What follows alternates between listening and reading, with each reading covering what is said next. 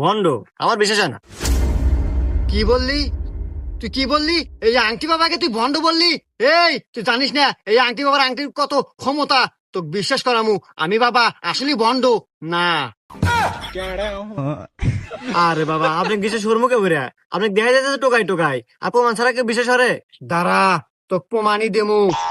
তোর বয়স 17, তুই বিয়ে করছিস 7 বছর আগে, তাও এই ছেলেটাকে পলা নিয়ে বিয়ে করছিল। এল্লা, পলা নেতা বিয়ে হচ্ছে, আপনি কি করে জানলেন? এই তো লাইনে আসু। আমি আংটি বাবা এই পৃথিবীর যত সাহসবাল আছে, যত মানুষ আছে, সকল মানুষের ব্যাকগ্রাউন্ড সম্পর্কে আমি জানি, কারণ আমি আংটি বাবা।